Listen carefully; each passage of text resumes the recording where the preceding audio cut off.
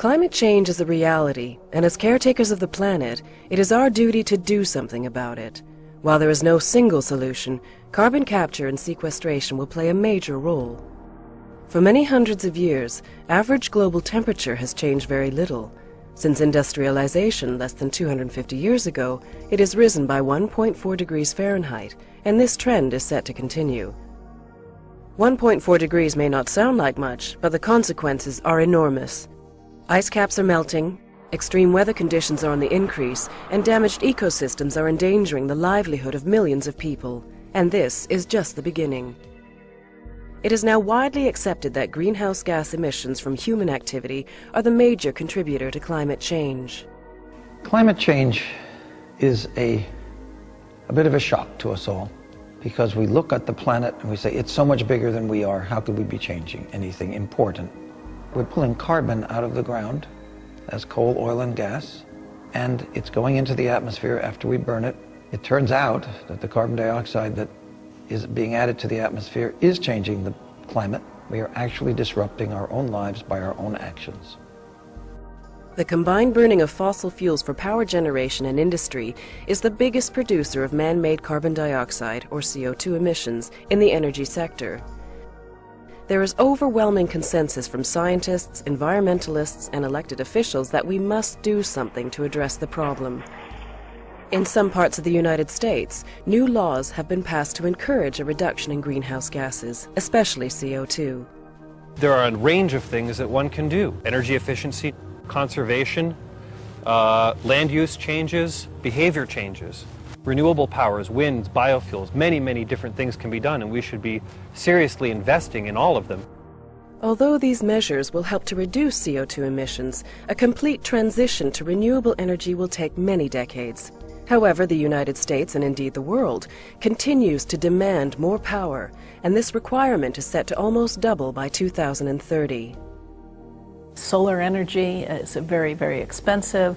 Wind energy, though abundant and not so expensive, we're just learning today how to integrate these sort of intermittent energy supplies into our grid systems. Until power supply from renewables can meet our ever-increasing demand for electricity, fossil fuels will remain a major source of fulfilling our increasing demands and will still provide more than half of global energy supply in 2050. Even if we maximize the use of renewables and efficiency, which is something we believe is vital, we will still have some degree of use of fossil fuels in our energy mix for quite some time. Whatever the role of fossil fuels will be in the future, it's vital that we find a way to take care of its CO2 emissions. Not only are 40% of the carbon dioxide emissions at power plants, but they are the places where it's probably easiest to do something about the carbon emissions. At a power plant, you have millions of tons of carbon dioxide being emitted in a single year in large pipes at high concentration, and you can capture that carbon dioxide at much lower cost than in the 60% of the carbon dioxide emissions that are dispersed uses. This process, widely supported by many scientists, environmental organizations, policy experts, and energy businesses, is known as carbon capture and sequestration, or CCS. It involves capturing the carbon dioxide, or CO2, associated with the combustion or conversion of fossil fuels, and preventing it from being released into the atmosphere where it contributes to climate change. The CO2 can be transported via a pipeline and stored safely and permanently underground in the type of rock where the carbon originated. CO2 has been pumped underground by the oil industry for over 30 years, with over 500 million tons having already been injected into U.S. oil fields. We know a lot about injecting carbon dioxide into the subsurface. In Texas, in the United States, CO2 enhanced oil recovery is a major portion of the oil that we're producing in that region today. So yes, it's a new technology, but we have nearly 30 years of experience of analogous technology in CO2 enhanced oil recovery. Estimates of global CO2 storage capacity are up to 10,000 billion tons. If we look at the U.S., there's an estimated to be over 3,000 billion tons of capacity here alone. So what does that really mean? Basically, it's a big number. We have hundreds to many hundreds of years worth of CO2 storage capacity if we took all of the emissions from fossil fuel-fired power plants and injected them underground into these storage reservoirs. Mature oil and gas fields are ideal for sequestration. Saline formations also have tremendous potential. A number of demonstration projects have been conducted over several years around the globe. These same geological rock formations have trapped natural gas and oil beneath the earth for millions of years. Let's look at the technology in a bit more detail. The captured carbon dioxide will be compressed and transported via a pipeline to a suitable geological formation. For sequestration, the CO2 is injected more than half a mile down where the subsurface pressure maintains it as a liquid. When injected into the reservoir rock formation, the CO2 tends to rise within the rock as it is lighter than the surrounding fluids. Over time, several trapping mechanisms maintain the CO2 within the rock. During its migration through the reservoir, some residual CO2 is trapped between the grains in the rock. Eventually, the CO2 will rise to the top of the formation, where it is physically prevented from rising any further by the cap rock, a naturally occurring impervious barrier. Gradually, much of the CO2 will dissolve into the host fluids, whether they be oil or salt water. This dissolution causes the fluid with the CO2 to sink lower in the rock formation, where over millions of years it will react with naturally occurring minerals to form stable minerals such as calcium carbonate. Once in this form, CO2 can never re-enter the carbon cycle, making certain that CO2 sequestration is safe and ecologically sound. Is CO2 actually safe underground? Absolutely.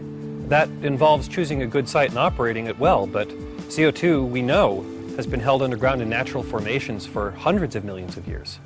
The crust has mass, the crust has strength, and it's well suited to hold CO2 if you choose a good place. In many oil fields, the CO2 enables previously unrecoverable oil to be produced. This enhanced oil recovery process can increase the amount of oil that might be recovered by up to 15%. A wide range of subsurface monitoring techniques can be deployed to track the migration of the CO2 within the rock and ensure that there is no leakage. A program of tests will be conducted before, during, and after injection of CO2 into the geological formations. All pipelines transporting the CO2 are also stringently monitored. Safety measures include automatic emergency shutdown valves at regular intervals so that in the unlikely event of a leak, sections of the pipeline can be rapidly isolated.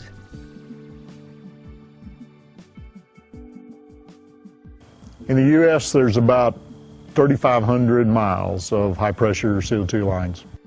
One must take advantage of any right-of-ways that already exist for a CO2 pipeline, streets, utility lines, railroads, and the like. CO2 is not a poisonous substance, and it's not an explosive substance, so actually it's much safer than many of the products that we pipeline. CO2 is non-toxic, but could it pose a threat to the potable water table or the greater environment?